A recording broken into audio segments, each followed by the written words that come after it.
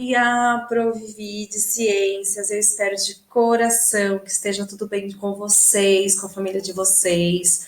Tá tudo bem com a minha família, com a Provi, tá tudo ótimo.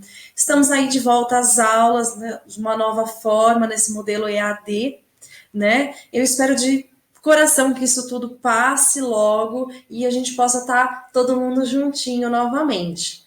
Mas enquanto isso ainda não acontece, segue aí o meu e-mail para que a gente possa se comunicar, dúvidas, traumas, pode mandar um e-mail. Então, nós vamos continuar da onde a gente parou, uma breve revisãozinha só para relembrar o ponto da onde a gente parou. Então, nós estávamos falando de relação sexual, onde acontece a fecundação, né?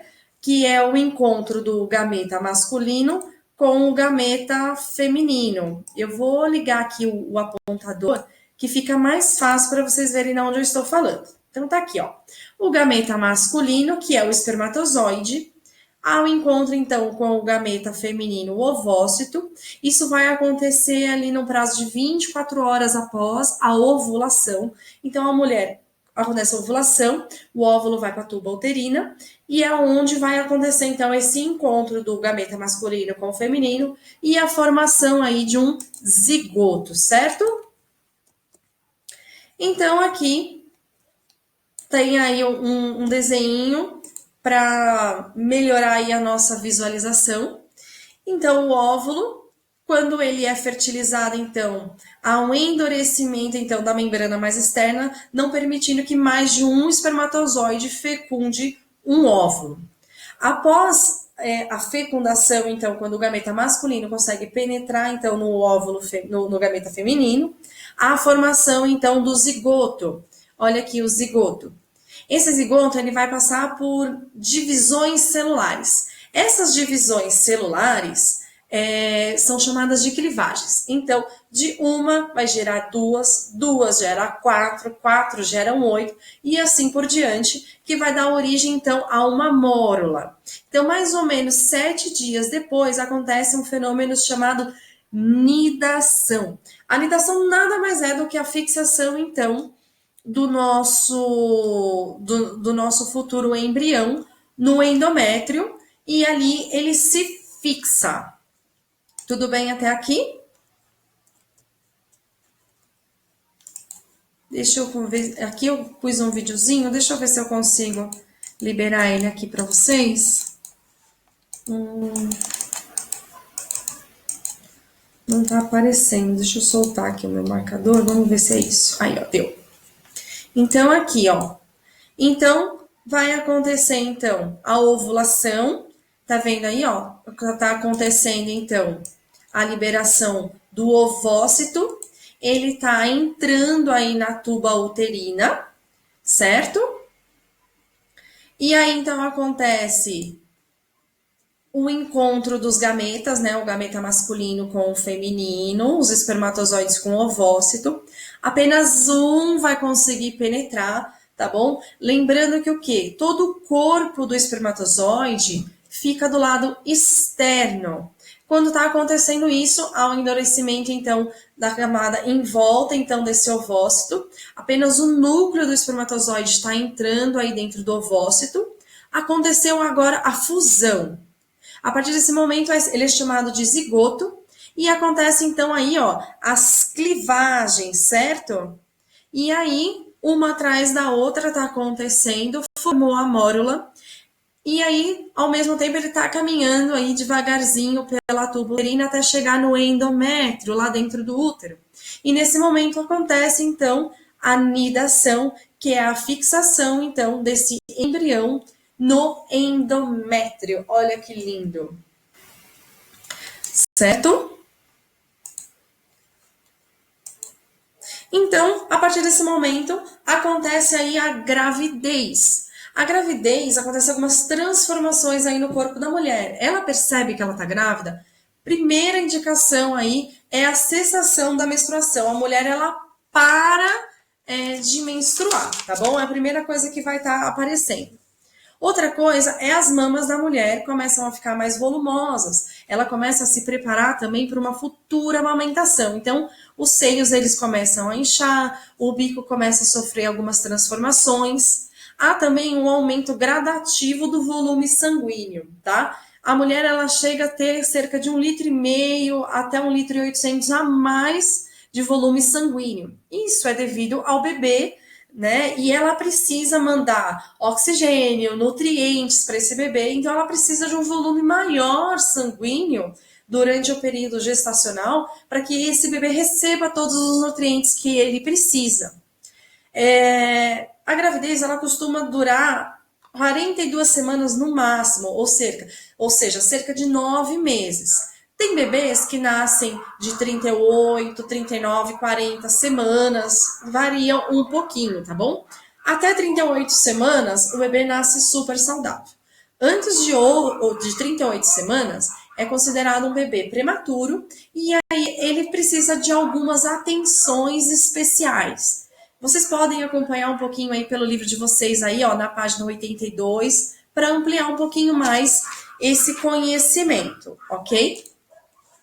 Aqui tem um vídeo que eu acredito que seja muito interessante, que fala um pouquinho sobre como é que acontece a diferenciação sexual do bebê, né? Então aqui, ó, mais ou menos com 9 semanas já começa a acontecer a diferenciação do menino e da menina. Tudo tem um único botãozinho ali, tá bom? E aí a partir da 9ª semana começa a acontecer uma diferenciação. Então aí como vocês podem acompanhar no vídeo, deixa eu ligar meu apontador aqui de novo. Então aqui, ó, na menina começa a se formar, então, os grandes lábios, tá vendo? Aqui, ó, a vulva vai se formando. Lá, os óvulos também, dentro lá da região da pelvis, também já vão se formando. Então, todo o sistema já está formado. Nos meninos, esse mesmo botão aqui, ó, ele sofre um alongamento, tá bom? Para dar origem ao órgão sexual dos meninos e a bolsa escrotal. Os testículos nesse período tá dentro da região da pelvis do menino, que vai descendo ao longo da gestação. Normalmente, perto de 42 semanas, ele já desceu e já está dentro da bolsa escrotal. Se, de repente, o menino nascer sem os testículos terem descido, é completamente normal, pode acabar vindo depois, tá bom? A gente consegue observar o sexo do bebê aí no ultrassom, mais ou menos lá para a 17ª semana, já dá para ver com clareza aí o órgão sexual do bebê. Então, seguindo aí, isso aí não estava na apostila, mas eu acho super legal estar falando com vocês. Então, após o momento que acontece a anidação, que é a fixação do embrião no endométrio, a primeira coisa que é formada é a placenta. Vamos dar um zoom aqui, ó, na placenta. Opa, peraí, aqui. Então, aqui, ó, a placenta, ela é a comunicação, então, da mãe com o bebê. É ali que vai estar acontecendo todas as trocas gasosas, de nutrientes, é a comunicação que a mãe tem com o bebê. E além disso, ela tem a função de produzir hormônios para segurar essa gestação dentro do útero, tá bom? Logo também, quando há essa fixação do embrião na parede uterina, há outros anexos embrionários que se formam. Ou um deles é aqui, ó, o cordão umbilical. O cordão umbilical, como vocês podem observar aqui, ó, eu tenho a artéria, tá bom?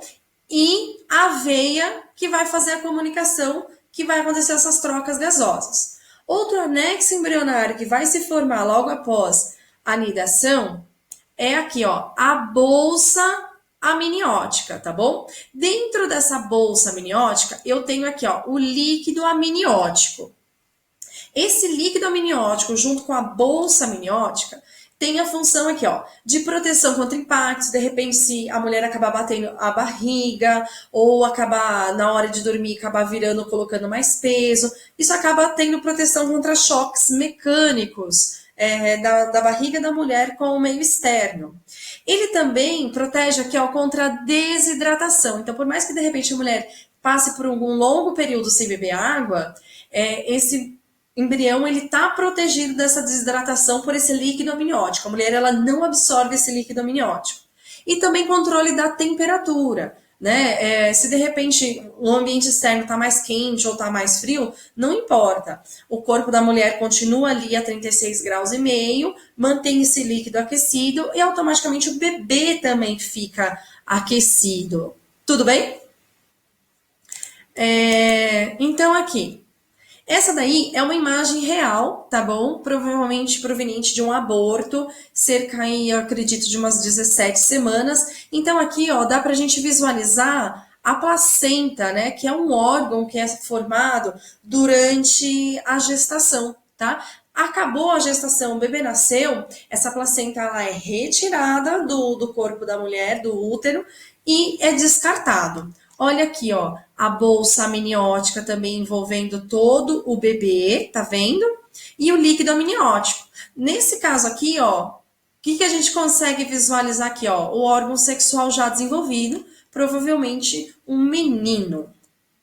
Aí tem mais uma imagem aí de um bebê já nascido vivo, lindo, maravilhoso, e a placenta, ó. Então a placenta, o cordão umbilical aqui amarelinho e o bebê, né? O médico faz uma incisãozinha e a mamãe faz a cura, né? A cura desse umbiguinho até ficar bonitinho, lindinho, como vocês têm aí.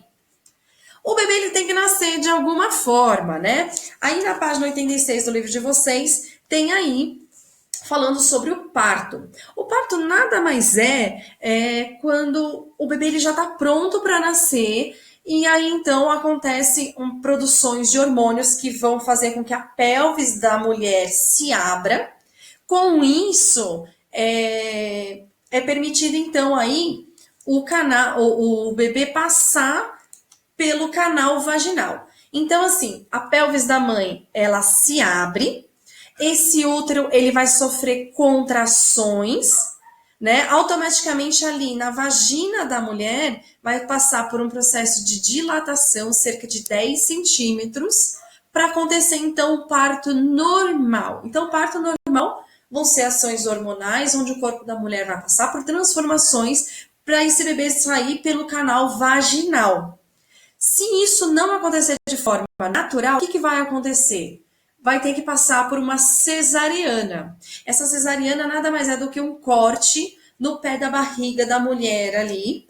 Ela vai passar por uma peridural, que é uma injeção na coluna, que vai imobilizar, ela não vai sentir nada da cintura para baixo, né? Isso vai permitir, então, o corte, onde o bebê ele é retirado pelo médico do ambiente uterino no qual ele estava. Tudo bem até aqui? E aí, então, nosso livro fala também sobre a formação de gêmeos, lá na página 87, tá? Então, aqui no livro de vocês, a gente tem sobre os gêmeos aqui, ó, univitelínicos e os bivitelínicos.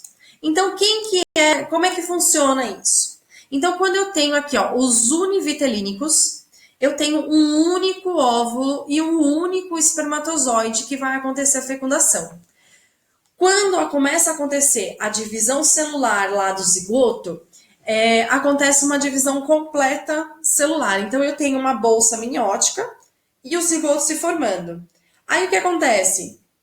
Uma célula dá origem a duas. E aí, vai ser o que a gente considera os gêmeos idênticos, né? Então, assim, ó, aqui, ó, duas massas celulares originam, então, dois indivíduos idênticos. Então, nós temos aqui, ó, a imagem dos dois bebês juntos dentro de uma única bolsa amniótica.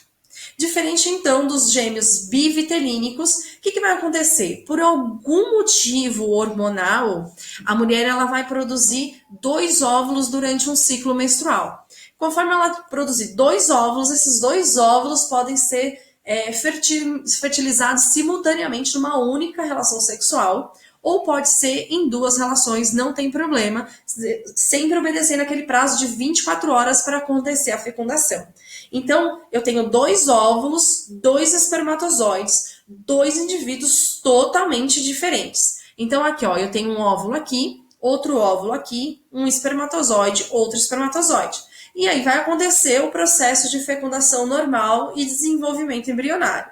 Aqui eles vão continuar se desenvolvendo, 2 massas em locais diferentes, e olha aqui embaixo também, ó, 2 bolsas amnióticas diferentes. Isso, durante um exame de ultrassom, o médico consegue diagnosticar, né? Ele consegue ver bem as 2 bolsas amnióticas, ok?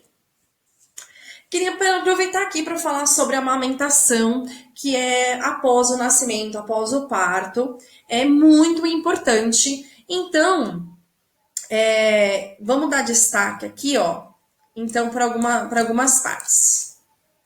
Então, a amamentação, ela ajuda aí, ó, no desenvolvimento cerebral. É importante a amamentação desde a primeira hora de vida do bebê, porque ajuda o cérebro a se desenvolver de uma forma melhor. Aqui, reduz os riscos de desenvolver doenças como diabetes, asma, câncer, obesidade, previne sim no futuro dessa criança, reduz a exposição do açúcar, diminuindo a incidência de cáries. Não é porque ele não tem os dentinhos ali formados que as bactérias não conseguem atingir aqueles botões e promover cáries bem prematuras. Então, previne.